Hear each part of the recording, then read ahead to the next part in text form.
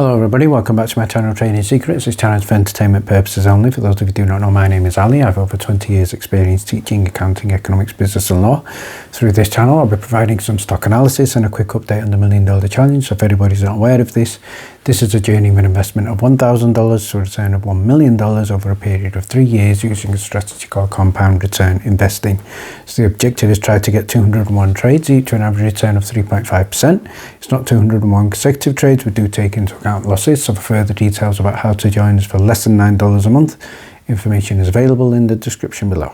In today's video, we're going to be looking at the Meta Materials 8K that has been released. We're going to be focusing on the impact on the share price in terms of the 1-for-100 reverse stock split, and we're also going to be looking at the Nevada law that the company used to look at the share class structure for the C shares, and we're also going to be looking at MMTLP and significant rumours coming from Congress, so stay tuned for that. So let's have a look at what's happening in the market. So first headline here from Bloomberg: the S&P 500 drifts near record at the start of a busy week, and in terms of earnings, a huge week for earnings. Microsoft, Apple, Amazon and also Meta to update this week. And in other news here, we can see that in terms of Apple, the price target on Apple has now been raised to $200 up from $186, and in terms of Google, it's been raised to $165 up from 153, so both with overweight ratings. And if we have a look at one of the most successful traders around, and that is Nancy, and we can see that is one of the reasons maybe that Nancy bought calls for Nvidia is that there has just been news, and the news is the US has announced billions of dollars in subsidies for advanced chips. So obviously she didn't know about that.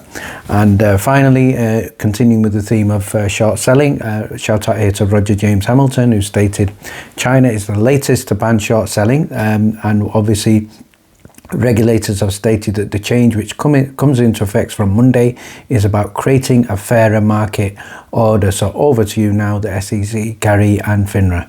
Let's have a look at news with regard to the 8K, and what I posted earlier is that Meta Materials have submitted an 8K to show a modification to the rights of securities holders.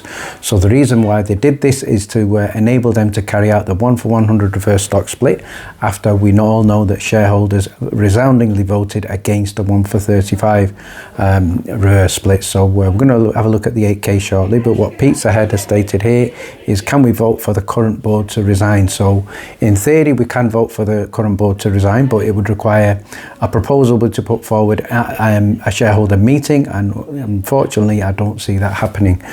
So if we have a look at moving on to have a look at the 8K, so if we focus first of all here on item 3.03, we can see here there was a modification to the rights of securities holders, so that is every single shareholder out there, and they also amended the article of incorporation or bylaws and a change in the fiscal year. So the focus here is on the Series C preferred stock distribution. So what they are saying is they are saying that they declared a distribution of 1 share of newly designated Series C preferred shares for each outstanding share of the company's common stock par value, and each voting right represented by the company's Series B preferred stock.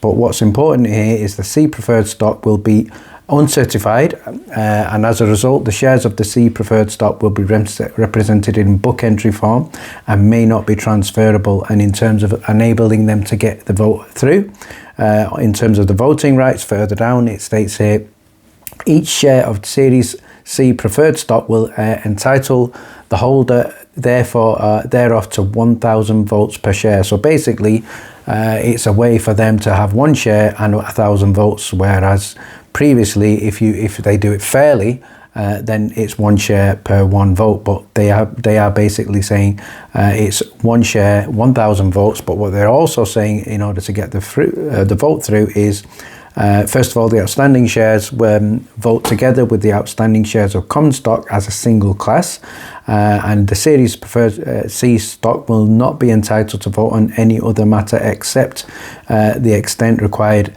under the Nevada law. So it looks like they are only doing this for the purpose of the reverse stock split.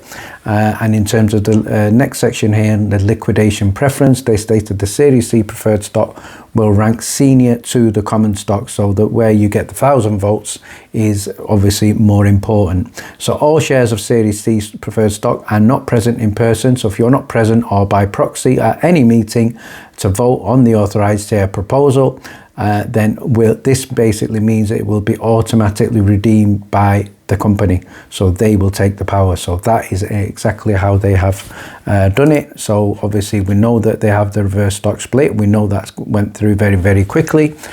Finally here, what they've also stated is the new QSIP number for the common stock, which was covered in the previous video, 59134N302. So go ahead and check the previous video where we looked at similarities with this for MMTLP. And the other thing that I covered in the previous video, go ahead and check that out. You'll be able to see here how the 1-for-100 reverse stock split will affect you. Let's now have a look at the impact on the share price. So starting with the one-day price for today, we can see at open market it did come down quite significantly, and I think at one point it was down close to 18% and hit a price just below $4.80. And I think since then it has at time of editing gone up from that low of around about $4.80 and currently trading at time of editing at $5.48, but still down close to 6% on the day. And we do know overall the history of reverse stock splits is certainly not good for the long term.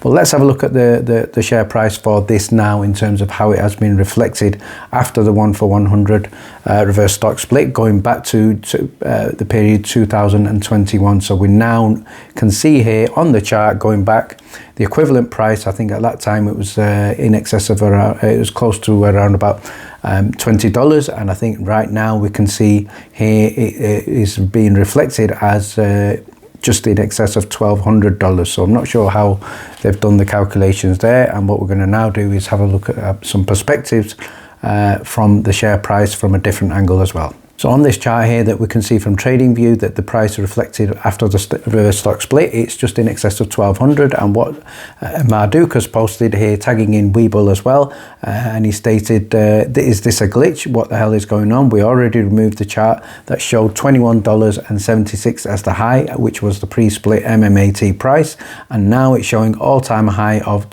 not showing an all-time high of $2,176, but $1,088. So what is it certainly seems to be something potentially underhand there and without an explanation. So over to you, Webull and TradingView and the others as well. So the other angle we're going to look at here is from Pro Street Art, who stated the reverse stock split has happened and previous price of